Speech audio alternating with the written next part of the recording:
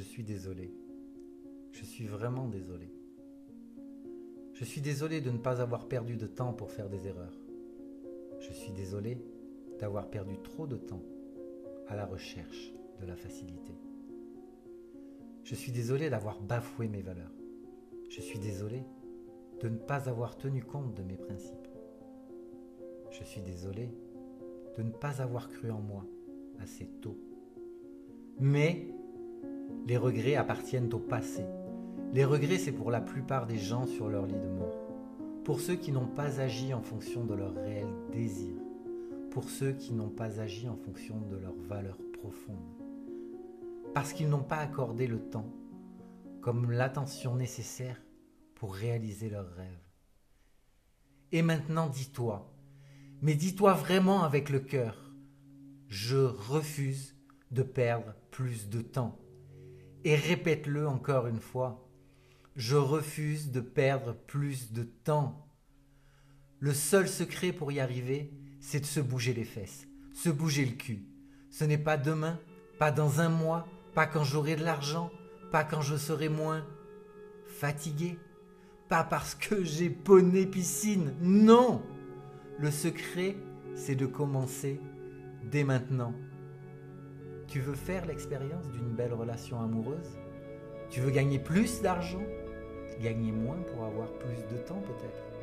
Tu rêves d'une vie épanouie? Tu désires profondément connaître qui tu es vraiment? Tu veux faire la paix avec ton passé? Ou tu veux simplement devenir la personne que tu aimes?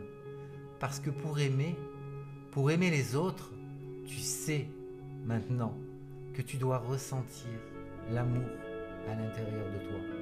Ne perds plus de temps, ne perds plus la seule chose qui est perdue à tout jamais et agis chaque jour, apprends, échoue, recommence, tandis que tu ne te poses plus la question du temps dans le but de rester sur ce chemin que tu désires vraiment.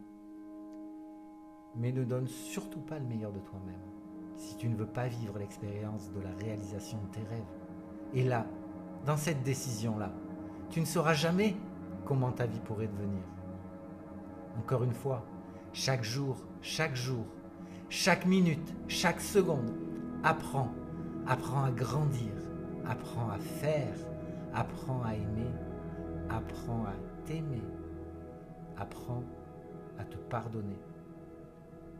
Et je me demande si tu préfères réaliser tes rêves ou permettre à d'autres de réaliser les leurs à ta place. Sache s'il n'y a pas d'ennemi à l'intérieur, l'ennemi à l'extérieur ne peut te faire aucun mal. Et rappelle-toi de Thomas Edison, de Mohamed Ali, de Michael Jordan, de Nelson Mandela. Rappelle-toi de Rosa Parks. Thomas Edison a échoué, testé, essayé, échoué, testé encore, expérimenté. Et il a fini par réussir. Mohamed Ali déjà, il n'avait pas 10 ans, il voulait devenir un champion. C'est l'image de la confiance en soi. Une confiance en soi indéflectible, inusable, inoxydable, indestructible. Il a réussi, il est allé très haut. Il avait un mental d'acier. Michael Jordan a essayé, testé, recommencé, échoué, travaillé plus que les autres. Il n'a jamais laissé de côté son objectif de réussite. Et que dire de Nelson Mandela, enfermé des dizaines d'années dans une geôle en Afrique du Sud, qui est toujours resté mentalement fort et qui est devenu ce que tu sais qu'il est devenu. Il n'a jamais lâché, jamais. Rappelle-toi aussi de cette Rosa Parks assise dans son bus qui a refusé de bouger au pire moment de la ségrégation des Noirs américains. Elle est restée à sa place, elle a fait preuve de courage et ça a changé l'histoire. Ça a changé l'histoire des États-Unis, des Noirs des États-Unis. Ça a changé l'histoire des relations entre les Noirs et les Blancs, même s'il y a encore aujourd'hui des comportements qui sont toujours présents. Mais cette femme a changé l'avenir. Elle a changé l'avenir de ses concitoyens. Je suis curieux de savoir si tu préfères continuer d'essayer encore et de faire des choses pour toi plutôt que d'accepter l'inacceptable, plutôt que d'accepter de subir. Et puis dis-toi bien une chose, si tu n'en as pas encore conscience, que le passé est juste une expérience aussi inconfortable, aussi dure, aussi brutale. Cela reste une expérience. Et le passé, c'est maintenant, au présent, simplement la représentation que tu lui en donnes. Et puis parfois, tu la sens dans ton corps. Je sais que tu sais que parfois c'est inconfortable, n'est-ce pas? Parfois, cela te donne envie de pleurer. Mais tu n'es pas condamné à perpétuité.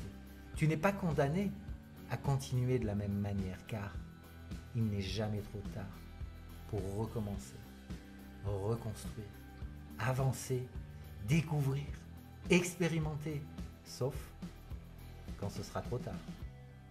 Quand tu verras défiler ta vie devant tes yeux sur ton lit de mort. Et tu sais, la seule raison d'avoir accepté sa vie, d'être sans regret dans ces derniers instants, c'est d'avoir réussi à faire ce qui compte vraiment pour toi, pas pour les autres, pas pour faire plaisir. Et d'avoir eu conscience qu'en agissant ainsi, tu as réussi à aimer, être aimé, parce que tu as appris à t'aimer.